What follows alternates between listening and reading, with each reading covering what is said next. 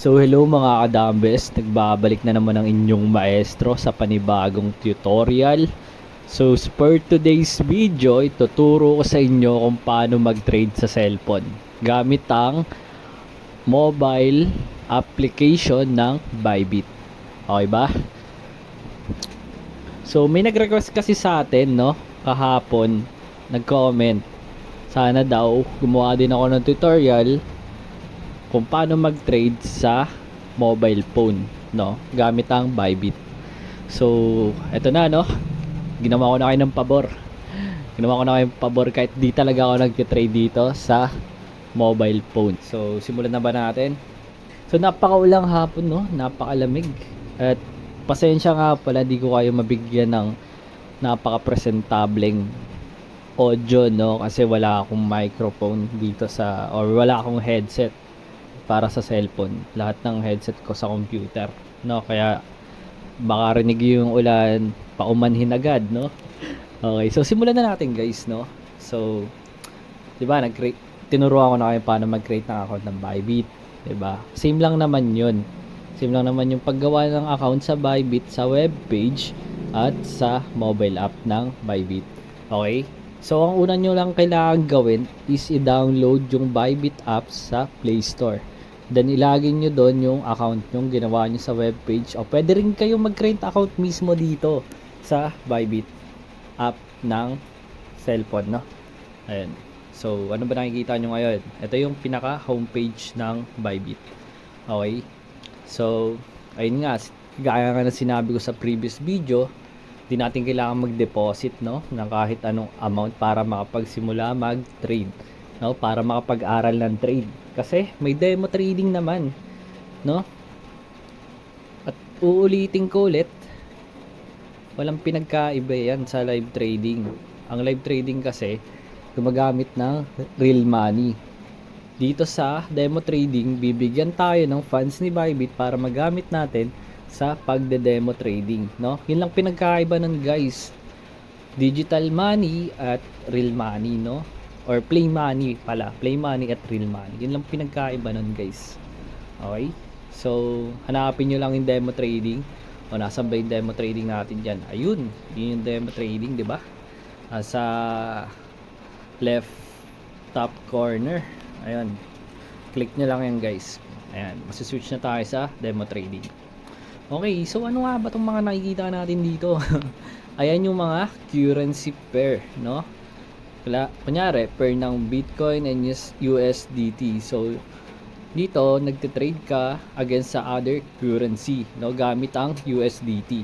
Ang USDT kasi currency din yan, or cryptocurrency yan, na nagre-represent ng US dollars. Okay, may natutunan naman kayo. Okay. So yun nandyan, may mga Bitcoin, Ethereum, Solana, USDC. Yung USDC hindi ko pa alam kung ano yun, no, pero parang US dollars din to eh. Di ko alam, di ko alam. Hindi pa ako nakapag-trade ng USDC, XRP, MNT, at marami pa yan. So spot, ano ba yung spot na yan? Sa ako na ituturo yan, sa futures yung ituturo ko ngayon, kagaya nung tinuro ko nung nakaraan sa video. Okay, nakikita nyo ba yung 9 million na yan?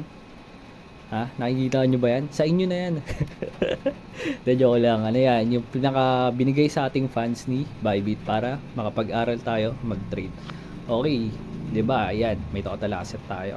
Punta muna tayo dito sa assets, no, para ma-adjust natin yung funds natin na gagamitin natin sa pag-trade. Okay. So, ito. Tuturuan ko kayo paano maglagay ng balance sa USDT. Bakit USDT? Kuya Dambes, bakit USDT? Pwede namang USDC or Bitcoin. Bakit nga ba USDT? Kasi ang USDT ang pinaka usually na tinetrade natin sa mga currency. Bakit USDT nga? Kasi ang USDT ay stable coin. Paano ba pag sinabi nating stable coin? Hindi ito nagpa-fluctuate, or yung price niya hindi tumataas or bumababa ng kagaya ng mga Bitcoin, Ethereum, XRP na anytime pwede magkaroon ng high fluctuation, no? Ano ba yung fluctuation? Pwede, yun yung pag-angat ng mataas at pagbaba ng mataas. Kumbaga magulo siya. Hindi stable yung price niya, laging pabago-bago. Ayun yung pinagkaiba nila. Kaya USDT ang ating tinitrade against other cryptocurrency. Okay, may natutunan ba? Ayun. So, kape muna ako, no? Kayo rin, magkape kayo. Ang lamig ngayon. Ang lamig ngayon. Kaya ng tamis ng kape ko. So, ayun. So, paano nga ba natin i-adjust yung USDT? Yung balance natin sa USDT. Okay, click nyo lang yan. Or hindi pala. Click nyo pala yung adjust demo funds. Ayan. So, makikita nyo dyan, di ba? May USDT, USDC, Bitcoin, Ethereum. So, doon tayo sa USDT, no? So, maglagay lang kayo dyan kahit magkano. Maglagay lang kayo dyan kahit magkano. Nyara, example, 1,000 USDT. No, depende sa inyo yan kung magkano gusto nyo ilagay. Pero, I recommend guys na ilagay nyo yung amount na kaya nyong i-trade in the near future. Yung bagay yung starting balance na kaya nyong i-deposit sa Bybit, no?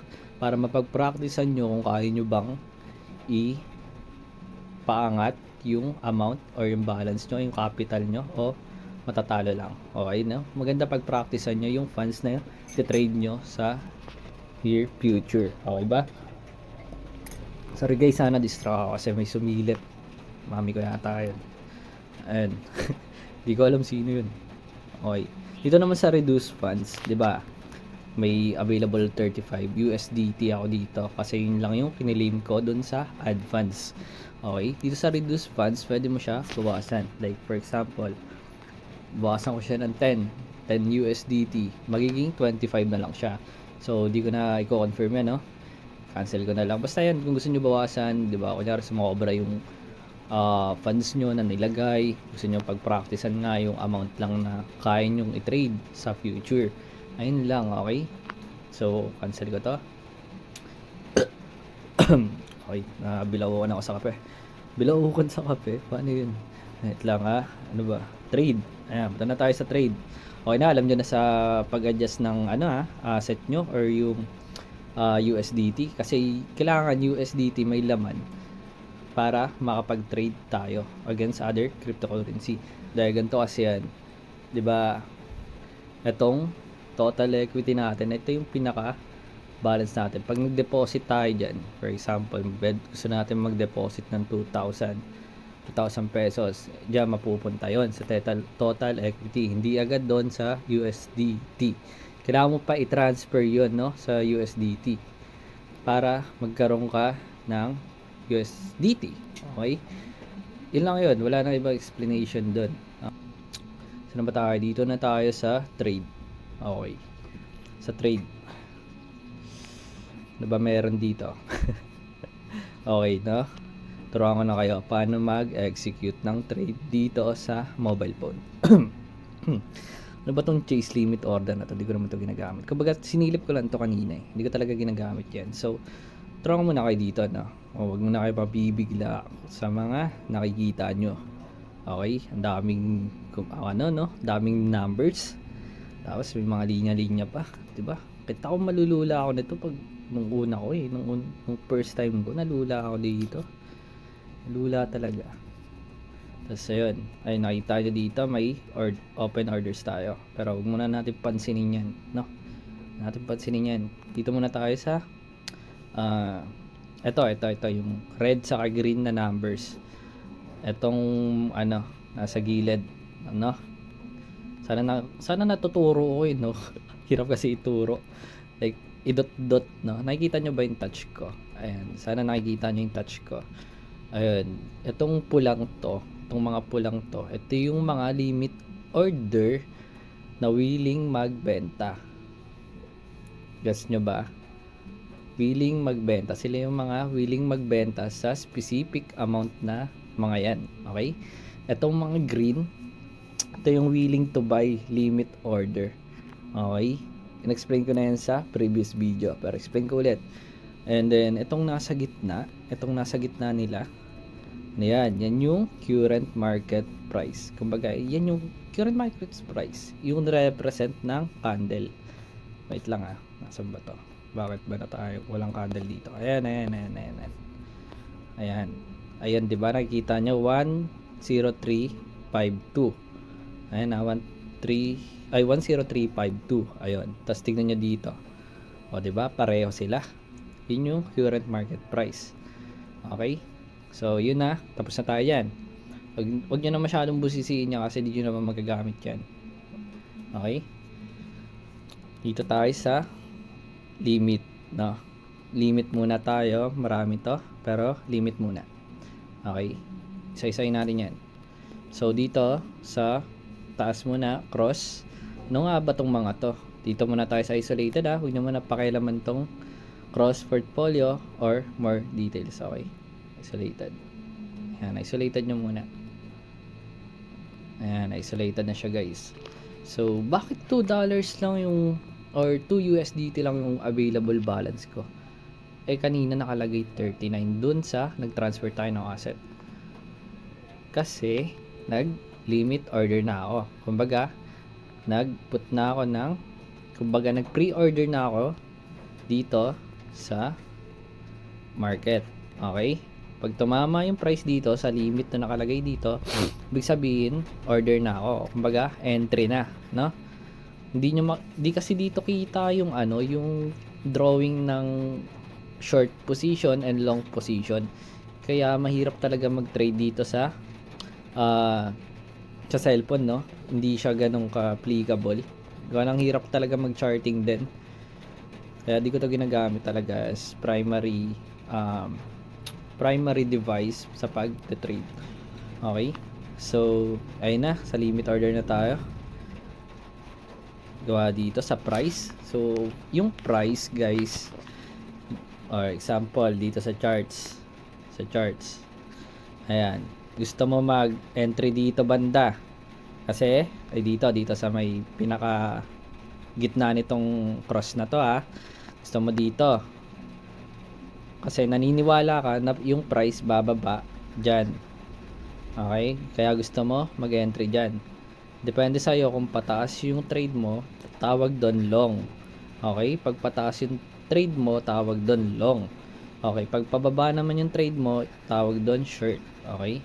So, ito yon. Kunyari dito. Ano ko muna to? Cancel ko nga muna itong mga to. Para maturo ko ng ayos, no? Okay, dito. Kunyari, naniniwala ako, bababa dito yung price. Kasi may demand, no? May demand. So, dito, lagay tayo dito sa 103,131. Nakikita nyo ba yan? Yung 103,131? Okay, yan yung ilalagay natin dito sa price. 103,131, di ba? 103,131 ba? Uy, ba't mali? Tama yung ganina.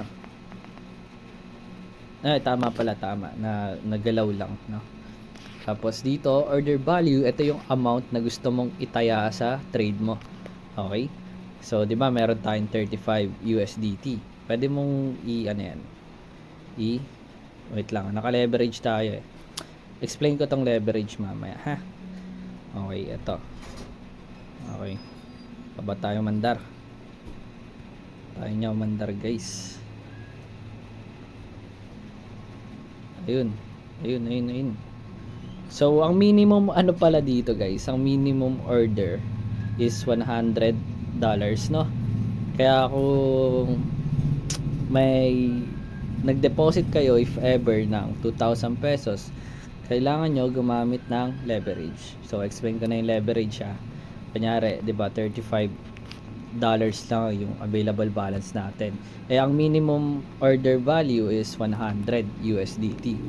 So, ayun na, doon na papasok yung leverage.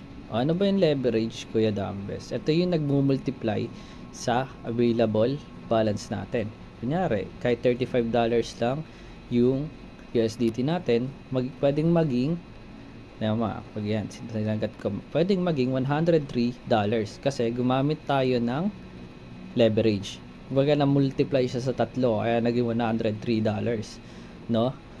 Ibig sabihin, pag nag-execute tayo ng trade, mas mabilis, no? Nagte-trade tayo ng higit sa $35. Okay? Yun yung silbi no leverage. Mas mabilis tayong pa-profit, no? Mas mabilis din tayong maglo-loss kasi nga mataas yung ah, capital na iti-trade natin kasi naka-leverage tayo. Ayun. Okay.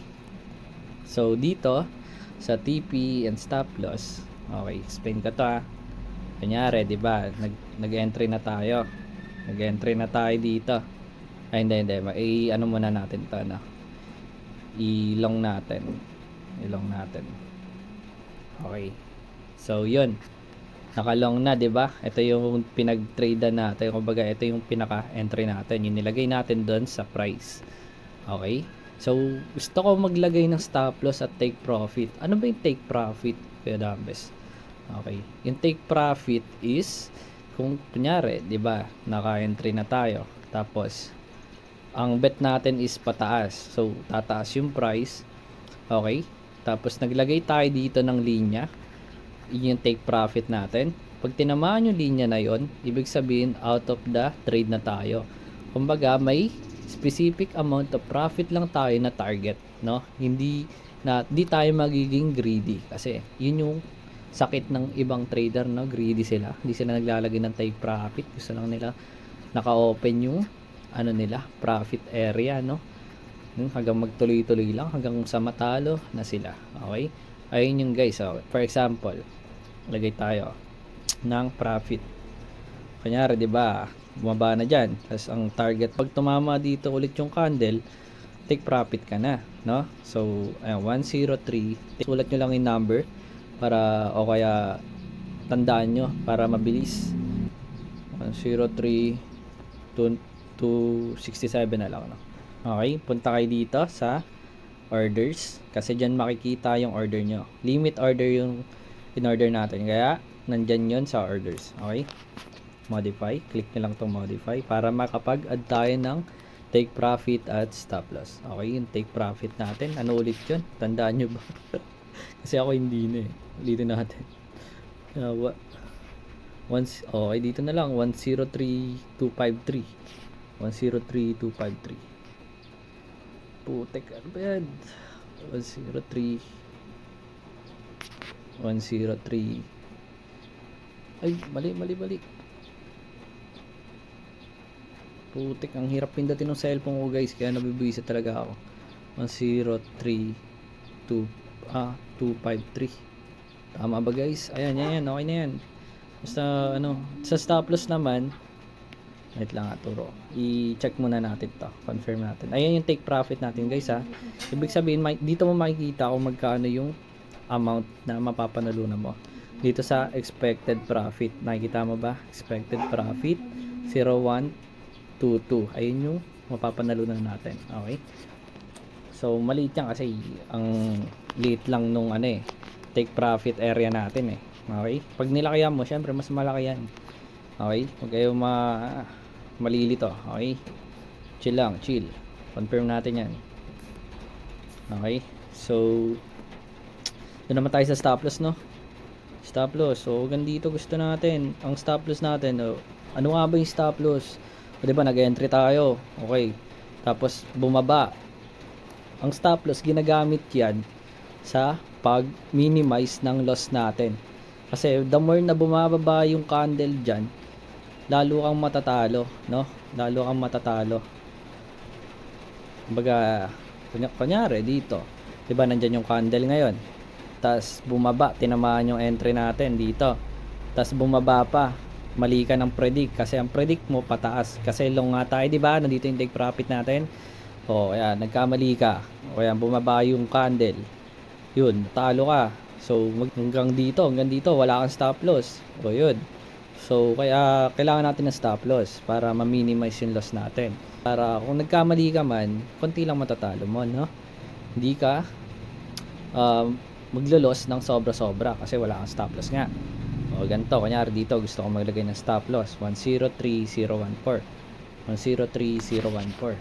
Okay, 103,014. 103,014. Okay. So yan lang yung matatalo natin, yung expected loss. Diyan mo makikita, okay ba? Okay ba? Naintindihan ba? Okay, confirm nyo lang yan guys.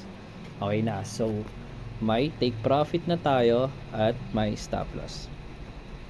Sa limit order yan, no? Hindi mo makikita yung take profit mo sa stop loss mo hanggat hindi na mimitigate to nung candle. Kailangan tamaan ng candle tong linya na to bago ka makapag-entry, ha. Hindi ibig sabihin nag-limit order ka dyan, entry ka na. Kunyari, dyan, nag-entry ka dyan. O yan.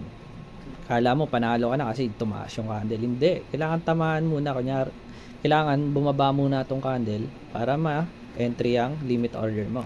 Okay? Talaga ako familiar sa features nito, kaya, pero tinatry ko i-explain guys, ha. Sana naiintindihan nyo. Okay? So, tapos na tayo sa limit. Tapos na tayo sa limit order. Cancel na natin yan. So, take note guys, no? Pwede mo i-cancel yung limit order anytime, no? Anytime guys, anytime. So, cancel natin yan. Okay. Explain ko na ba yung leverage? Putek, hindi ko matandaan. Tingnan mo. Lianin ko na. Sobrang pagtitrade ko.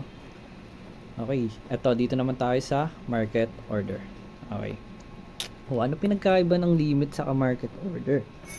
O, ang market order, 'di ba? Sa limit muna tayo. 'Di ba sa limit, magpe-predict ka kung saan pupunta yung candle. Kunyari dito, 'di ba? Dito tayo nag-limit kanina. Dito sa market, real time. Pag pinindot ko 'to, kunyari, nag-set tayo ng amount diyan 103 ulit, 3 times leverage. Ayan, kunyari pinindot ko tong long, ibig sabihin, entry na ako diyan. Entry na ako diyan. Tingnan mo, example. Kasi naniniwala ako tataas tong market. Gusto ko na umentry, no? Ayoko na magantay. Kaya gusto ko market order, no? O ayan. Itong natin. O ayan na. Naka-entry na tayo. Ganyan yung itsura niya pag naka-entry na tayo. May P&L. Ano ibig sabihin ng P&L, Kuya Dambes, no? Yung P, profit. Yung L, loss. Okay, natutunan na naman ba? Sana meron, no? Papagod na ako magsalita. Ayun. Yan o. Ayan, tataas siya. Diba sabi ko sa inyo, tataas yan eh. So, ayun. Ganun yung market order. Pwede rin kayo maglagay ng take profit at stop loss, no? Kahit naka-execute na yung order nyo. O, kunyari. Na-explain ko na ba tong time frame? No? Wag nyo muna siguro pakialaman, no? Explain ko sa next videos kasi kakahaba na ng sobra yung video natin, no? Mahirapan ako i-upload yan. Kaya dito muna, no? So, ayan, para makita ng kumbaga ma-zoom out natin, click nyo lang tong mga higher time frame, no? Pero di ko muna sila explain na next videos na, no? Saka yung pag-charting natin. Ewan ko kung may explain ko yun sa mobile, no? Mahirap siya. Pero yung time frame, madali lang naman i-explain sa mobile yan. Pero yung pag-charting natin, paghanap natin ng mga confluences, mahirapan tayo, no? Confluences, ano ba yun? Yung mga evidence na, or mga possible evidence, no? Na ganon yung mangyayari sa market. Kumbaga yung analyzation mo na kung anong mangyayari sa market, 'di ba? Nawawala yung term, guys. Sorry, nawawala yung term. Nasa dulo ng dila ako. Okay? So, nasa na ba tayo? Okay, no? 'Yun, maglalagay ka ng take profit kahit naka-execute na yung order. Ayun, ganun lang din ulit, guys, dito. Set TP and SL. Ayan. Yan lang. Kung di ba long tayo, basta yung ilalagay yung price is yung nasa taas. Ay, sa stop loss, ibig sabihin yung nasa baba. Ayun lang, ganun lang kasimple, guys. Yun, no? Sana naintindihan nyo. Okay? So, pag naka-execute yung trade, dito nyo makikita yung unrealized profit and loss nyo. Dito sa may baba. Hindi kompleto, no? Hindi kompleto to, unlike nung dun sa computer o yung sa web browser natin, no? Pag doon tayo nagte-trade, doon nakikita talaga natin yung amount ng PHP na napapanalunan natin. Dito hindi. Unrealized profit and loss lang, no? Pati yung trading fee kita doon. Dito hindi. Hindi ko alam bakit, no? So, ayan, natatalo na tayo ng negative 0.02. Okay? So, pero pataas pa din yan, guys, no? Kasi nasa higher time frame tayo. Pero pag 5 minutes, makikita mo, pababa. Okay. Malilito pa kayo dyan sa time frame, no? Pero ang tinuturo ko lang naman ngayon, paano mag-execute ng order, no? So ngayon, or paano mag-execute ng trade. Ayan, yung tinuturo ko ngayon. Kaya doon lang muna kayo mag-focus, no? Abangan nyo lang yung next videos ko about that.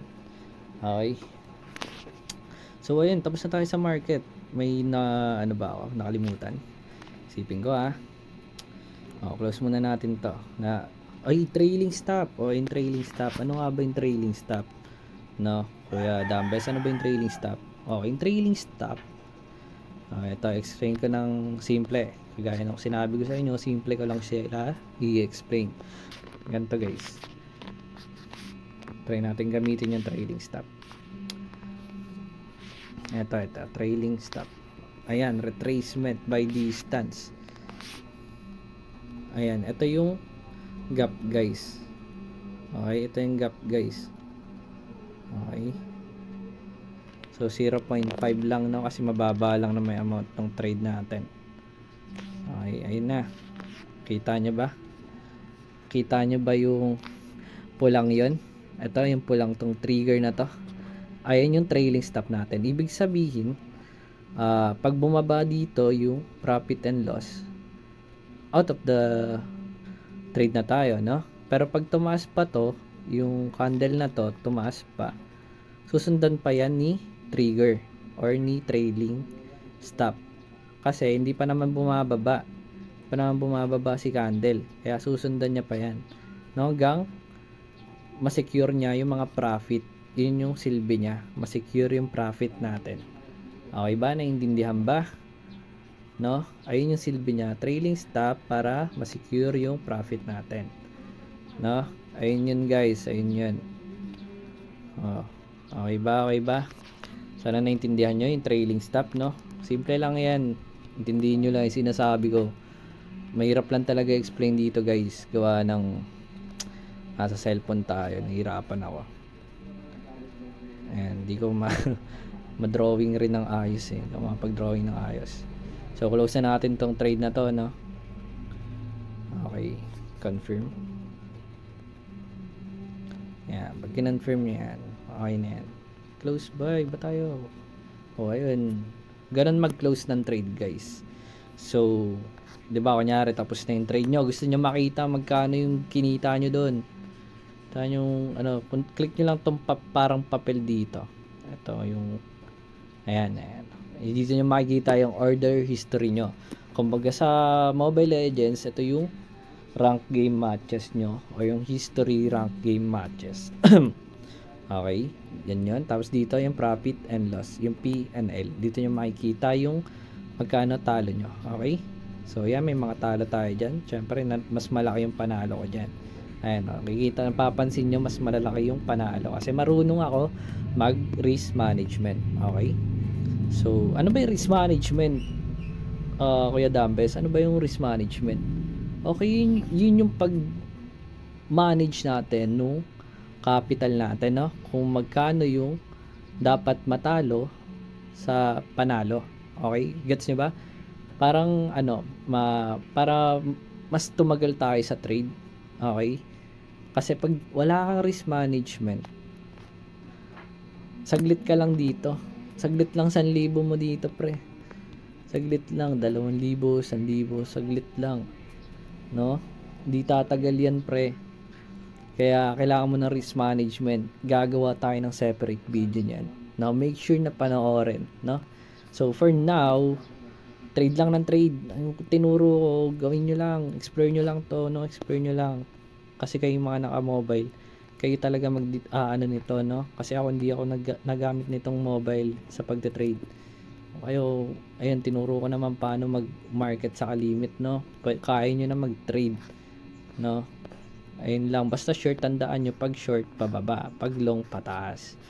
Okay? Ayan, nakikita nyo dito, long and short. Okay? Yun yung pinagkaiba nila. Basta tatandaan nyo lang yan. Dalawang side lang yan guys, ha? Pababa at pataas. Mamimili lang kayo kung tataas ba yung market o bababa. Ano ba sa tingin nyo? Ano ba yung nakikita nyo ngayon? Pataas yung market O magbet ka pataas kasi di pa naman siya dumadating dito sa dulo. Ayan, pataas pa yan. Okay, ganun. Ganun guys. Magtuturo ako ng charting natin at paano bumasa na itong mga candle na to. Ha? Kung bearish ba to, bullish. O, diba? Nakikita nyo dito, bullish. O, tapos dito, pag zoom out, o bearish. O, ano ba yung bullish? Ano ba yung bullish? Bullish, pataas. Tandaan nyo yan, guys. Pag yung mga candle pataas, bullish tawag doon. Pag candle pababa, ang mga candle pababa, tawag dyan, bearish. Okay? Okay ba? Ang tawag din dyan sa mga yan is market structure, no? Kung bearish ba o bullish. Okay? Yan, pinapasadahan ko na kayo ng konting kaalaman sa charts. Okay? Pero gagawa tayo ng separate video. Tignan mo, haba na nung tutorial, 37 minutes na. No? Kasi dami ko rin sinasabi. Okay? Dito na tayo sa conditional, no? Yung conditional, para lang tong limit order. Kumbaga, dito sa trigger price, no? Dito sa trigger price, magkakaroon ka lang ng alarm, no? Kunyari dito, 'di ba? Ito. Kunyari ito yung limit order natin. Tapos naglagay tayo dito ng ginamit natin yung conditional. Ito, wait lang nga. Putek. Ito. Ayan. 'Di ba? Naglagay tayo sa price. Ito nilagay nating amount sa price, yung nasa kulay blue. Tapos, ang trigger price is yun nandito, yung kulay red. Ito, kunyari dito. Ayan, okay, dito. Okay, sa baba na lang kasi kunyari palong tayo eh. Ayan. Kunyari, ito yung trigger yung red tapos yung blue natin, yung parang limit order. Okay? So, pag tinamaan to ng candle, itong red na to, mag-a-alarm muna yan. Hindi pa yan mag-execute hindi ka pa entry nun. Mag-a-alarm ka, notify ka. Notify ka. Kunyari, yan, mag-notify sa'yo. Yung trade mo malapit na. Tutuka mo yung market. Ayun yun.